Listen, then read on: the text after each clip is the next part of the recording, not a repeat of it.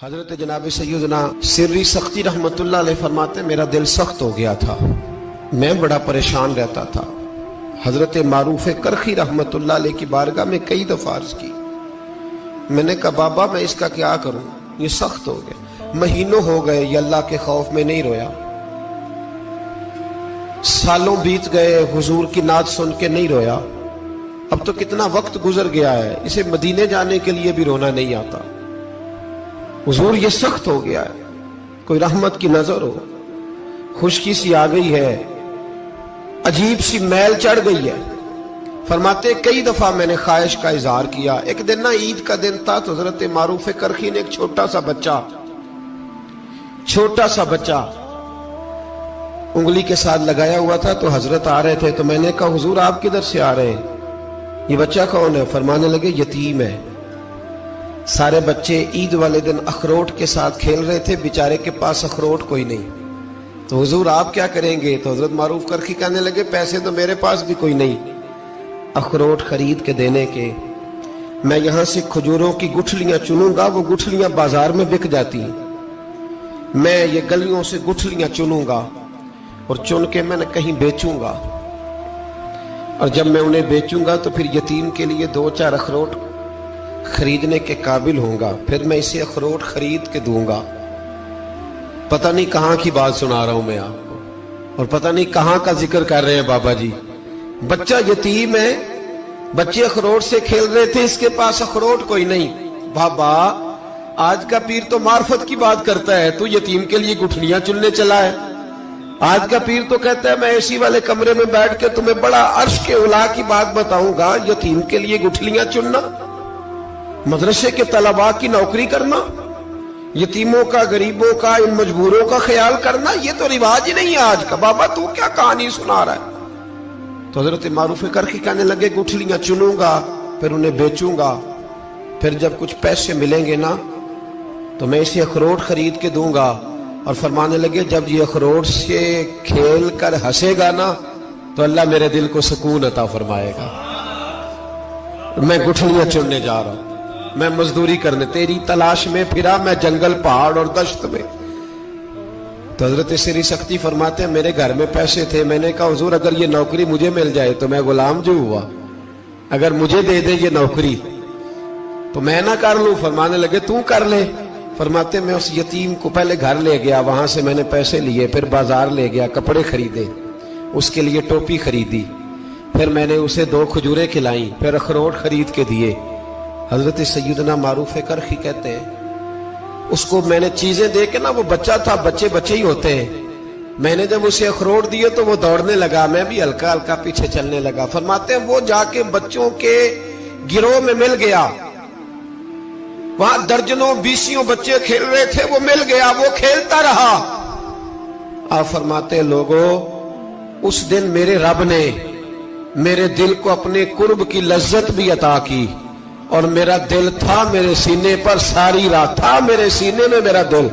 پر ساری رات میرے نبی کے قدموں کا طواف کرتا رہا ہے۔ اب نہ لگ گیا ہے، پاک ہوئے تے پاک بھی ملدا ہے، اے بنا پاکوں پاک نہیں ملدا۔ سادے وجود نو تون دے نالوں اکو تولا ٹکڑا دل دا، دل لگا کے، دل لگ جائے تو پھر وہ لگ جاتا ہے۔ آپ یقین کریں لگتا ہے تو مزہ دیتا ہے، اور جب تک لگتا نہیں پھر کوئی بھی کیف سرور حاصل۔ امام زین العابدین رضی اللہ تعالیٰ عنہ مولا علی شیر خدا کے پوتے، امام حسین کے صاحبزادے، سیدہ پاک کی پیاری نسل، امام زین العابدین گھر میں نماز پڑھ رہے تھے، غور کرنا بات پہ، گھر پہ نماز پڑھ رہے تھے، گھر میں آگ لگ گئی۔ جب آگ لگی ہے تو پھر شور بھی ہوتا ہے، کچھ لوگوں نے شور مچایا، آگ آگ آگ، دور دراز سے لوگ دوڑے، آپ کا ایک چھوٹا بچہ بھی پاس سویا ہوا ہے، آگ لگ گئی، شور ہو رہا، دور دراز سے لوگ پانی لے کے دوڑ رہے ہیں، آگ بجھائی جا رہی، امام صاحب نماز پڑھ رہے ہیں، حکم ہے کہ ایسی ایمرجنسی دیکھو تو نماز توڑ دو، پر اس کے لیے جو دیکھے ہی نہ، جسے سوجے ہی نہ ہو کیا رہا۔ امام زین العابدین پڑھتے رہے، نماز مکمل ہوئی تو آپ کی زوجہ کہنے لگی اللہ آپ پہ رحم کرے، گھر میں آگ لگ گئی تھی، سارا محلہ، سارا گاؤں، سارا شہر ٹوٹ پڑا، بچہ سویا ہوا تھا، آپ نے توجہ ہی نہیں کی۔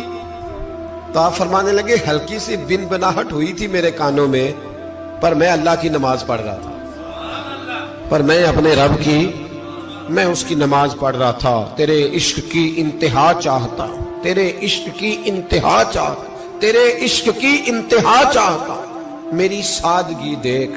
کیا چاہتا ہوں، ذرا سا تو دل ہے مگر شوق اتنا، وہی لن ترانی سنا چاہتا ہوں، مجھے کیا خبر ادھر کیا ہو رہا، ادھر میں تو اس کے ساتھ میرا تعلق تھا، میں تو اللہ کی بارگاہ میں حاضر تھا، مجھے کیا پتا۔ بی بی کہنے لگی آگ لگ گئی تھی، تو فرمانے لگے بھلی مانس چپ کر، تم دنیا کی آگ بجھا رہے تھے، میں جہنم کی آگ بجھا رہا تھا، تم لوگ اپنے شور میں تھے تو میں اپنے ذائقے میں۔ الذین ہم فی صلاتہم خاشعون، فرمایا یہ لوگ اپنی نمازوں میں عاجزی کر، دل لگا کے کرتے ہیں جو کرتے ہیں۔ اور بڑی خوبصورت مثال ہے، حضرت رومی نے لکھی ہے، بڑی مشہور بھی ہے۔ ایک نمازی نماز پڑھ رہا تھا، میری طرح کا نمازی، مجنوں اس کے آگے سے گزر گیا، لیلا کے گھر جا رہا، تو نمازی اتحیات پہ تھا، اتنی دیر میں اس نے بھی نماز مکمل کر لی، تو پیچھے سے جا کے مجنوں کا گریبان تھاما، کہنے لگا شرم نہیں آتی تجھے، مسئلے کا نہیں پتا، نمازی کے آگے سے نہیں گزرنا چاہیے؟ تو کہنے لگا یار معاف کر دو، مجنوں کہنے لگا معاف کر دو، غلطی ہو گئی، حالانکہ شہزادہ تھا، پر معافیاں کیوں مانگ رہا ہے؟ اس لیے کہ کسی سے دل جو لگ گیا ہے، عاجزی آ گئی، ان کے چل یار معاف کر دے، تیری مہربانی، نمازی ناراض نہ ہو جائے، نمازی بڑے ڈاڈے ہوتے ہیں، کئی دفعہ بڑے سخت ہوتے ہیں، نمازی تھا بڑا پکا، تو وہ کہنے لگا نہیں،